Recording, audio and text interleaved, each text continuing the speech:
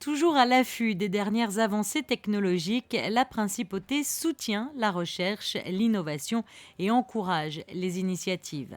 Accélérateur de projets et de solutions pour l'environnement, elle vient de se lancer dans un nouveau pari, le nautisme solaire.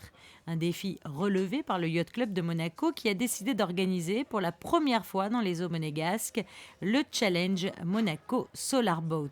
Une course de nautisme hors du commun et qui a pour particularité de réunir des raceurs propulsés par l'énergie solaire, conçus et pilotés en majorité par des étudiants d'universités internationales. C'est des bateaux qui fonctionnent uniquement avec l'énergie solaire. Donc c'est l'énergie solaire qui est emmagasinée, attrapée par les panneaux puis emmagasinée dans les batteries et qui ensuite est retransmise au moteur pour pouvoir avancer.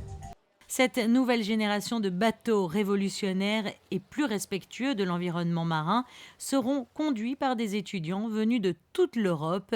15 équipes au total participent à cette épreuve. Les pilotes sont souvent entourés d'une équipe. Ils ont souvent fait partie de l'équipe de la construction.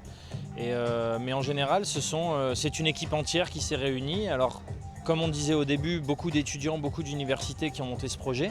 Ce qui est intéressant, c'est que ça touche à beaucoup de sujets, puisqu'on touche à de la menuiserie pour les premiers moules.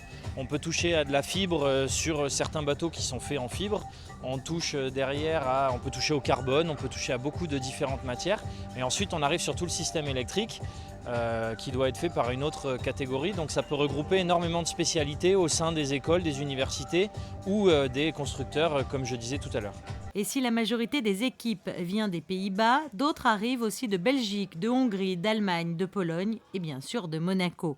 Un plateau qui se veut donc très international et qui démontre une fois encore le grand intérêt que porte la nouvelle génération à ces énergies du futur.